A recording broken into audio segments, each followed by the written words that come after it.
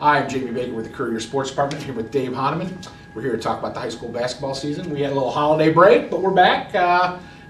These are the doldrums of the basketball season, aren't they, Dave, for a lot of kids out there? This is a tough time. You're coming back from the Christmas break. Coaches do not necessarily like this time of year. It's they've been going through practice since November. The kids just want to play games. Coaches want to improve their teams, execution fundamentals.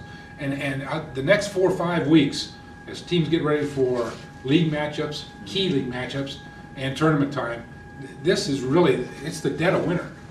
And it's tough on these kids. Kids get up and go to school, it's dark out, they come home, it's dark out. They just want to play games, and coaches want to go through practice and get things to improve. This is a tough time of year. This is where teams can really find an identity, sort of that bulldog mentality. We're going to fight through this. This is where teams can really build some character, but it is a tough time. Okay. That said, there are some big games on the schedule this week. Starting Thursday night, girls' big PCL matchup, Kalida and Ottoville. 2 undefeated teams. I don't know if these 2 teams would have been predicted to be in this spot. Everybody knew they would be good. Pandora was thrown in the mix too. They've got 1 loss, league loss in the BVC. But halfway through the season, 2 undefeated teams, and these teams are natural rivals anyways.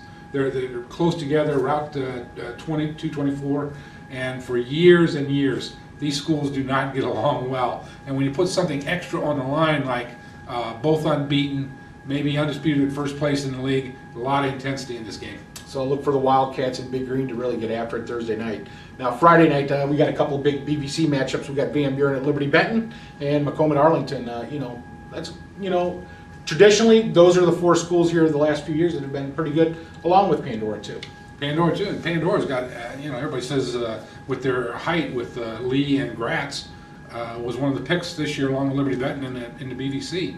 Some key match. A lot of people are saying Liberty is just rolling over people. I think Van Buren is going to give them a good battle. E.J. Frost always has his teams well prepared. Rich Meyer has developed into a real force inside for Van Buren, a 6'6" junior. He's had 2 triple-doubles in the last couple weeks. Liberty Benton, of course, Aaron Kraft is just putting this team on his shoulders and carrying them. They're not scoring a lot of points, and Aaron's getting about half of them, it seems, every game. But defensively, they're just typical Liberty Benton. They're not giving up more than 30, 35 points a game. And we got a lot of games on Saturday night. Saturday, there's like 31 local games on the schedule. We'll have coverage of all of them. And some of the key matchups that night are, Arlington at New Riggle, a big BVC MAL matchup for the girls. For the boys, it's Pandora Gilboa at Miller City, and Bowling Green, Ottawa, Glandorf, and of course Findlay. They're hosting Toledo St. Francis. So all 4 of those games, those are going to be big games Saturday. 31 games Saturday? 31 games. Boy, good thing I'm off. Huh? You're always off, Dave. Saturday's game, with Findlay, they've got a Thursday night game with Napoleon, a GBC game.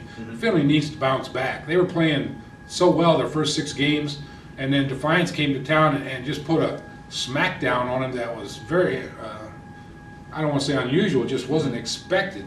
But Defiance is a good team. Findlay did not play very well at all.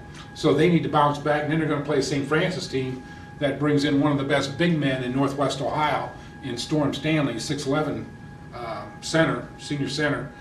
Plays for St. Francis. He's going to college at St. Francis, so he can wear the same clothes in college that he's wearing in high school.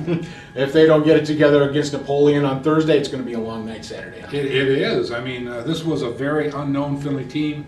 1 starter, 3 lettermen coming back, and they started out 4-2, and they were looking very good. They had this intensity. They were playing good, fundamental, executing basketball, and then Defiance came in and just sort of took a chip right off their shoulder, I think. Well, that'll wrap it up for this week. We'll be back next week, talk a little bit more basketball, maybe a little bit of wrestling. Until then, take care.